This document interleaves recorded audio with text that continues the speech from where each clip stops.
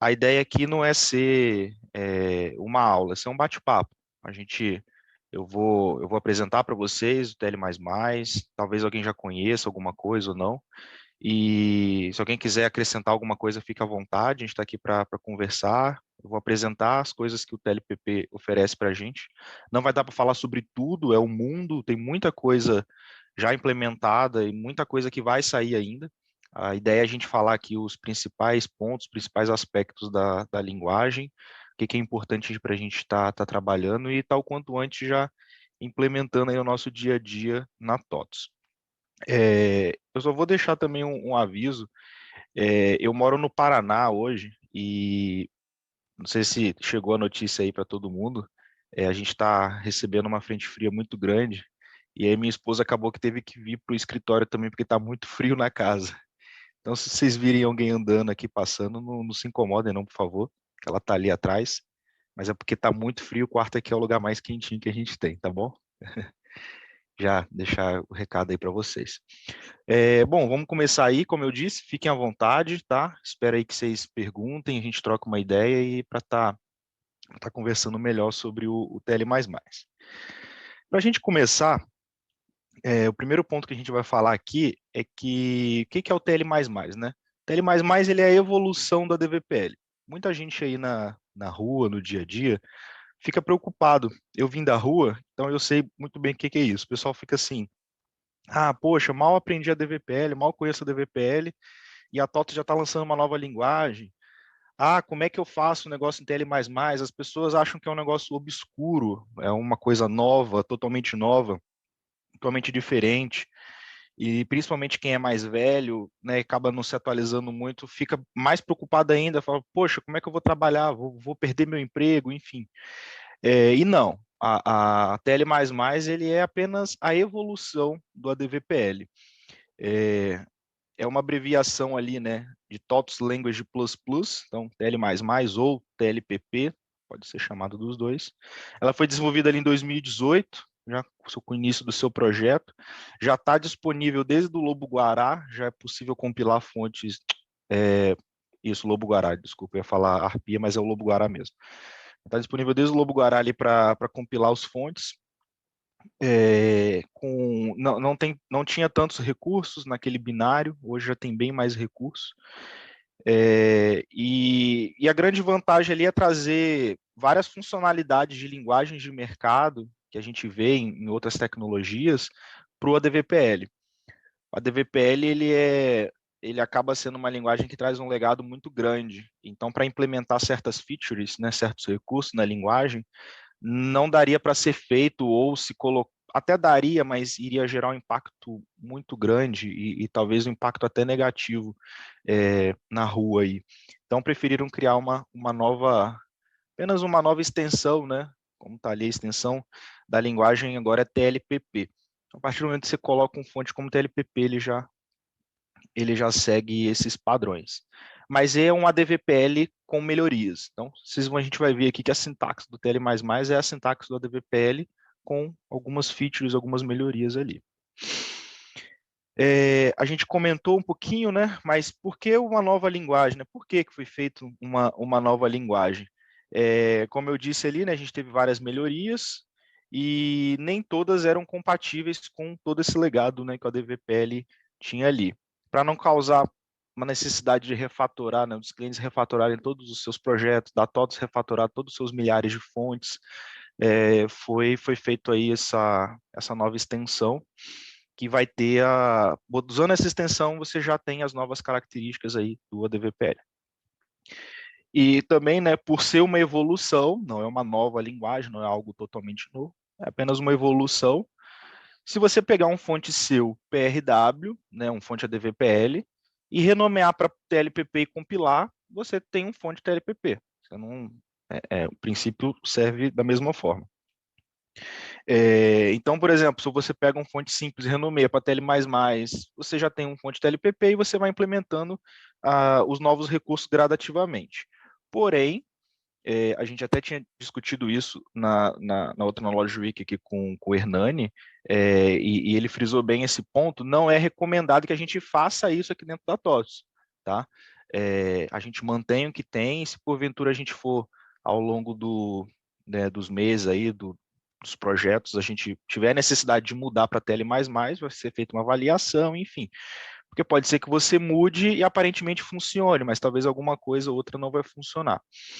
Então precisa testar bastante. Por isso que a ideia é que seja implementado o TL++ para inovações, e principalmente a partir do ARPIA. Tá?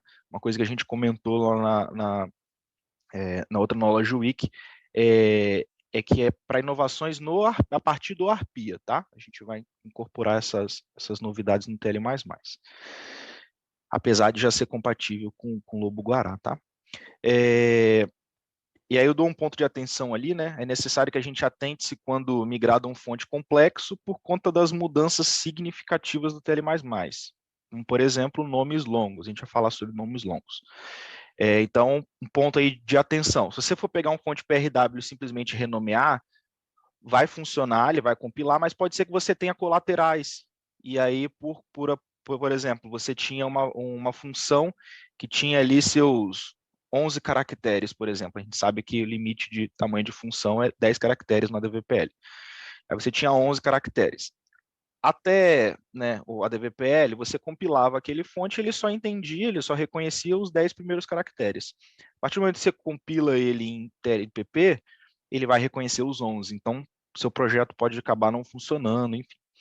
Então, tomar esse cuidado aí quando for fazer esse tipo de renomeação, né? Quando for migrar um fonte.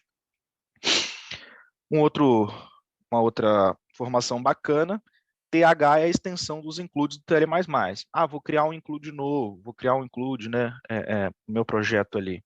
A gente vai falar sobre annotation no final, vai ser bacana o include. Uso TH. CH funciona, tá? Mas para manter uma padronização, a gente utiliza TH para os includes do TL++. Outro ponto importante, antes da gente de fato começar o nosso assunto, né? MVC em TL++. Pode. Você pode criar um fonte MVC em TL++. E aí a gente tem uma definição que eu tirei direto lá do TDN, da página da Tech, que diz assim, ó, uma das premissas do TL++ é respeitar o escopo definido pelo desenvolvedor para funções, classes, métodos, propriedades e variáveis. Então, se você define um escopo estático, ele é estático, ele não tem que ser acessado de outro fonte. E a gente tem uma funçãozinha do binário, que é o static call, que ele permite acessar funções de funções estáticas, né, de um outro fonte. E a ideia é que isso, né, não funcione no TL++, por ter agora um escopo bem forte, um escopo bem definido.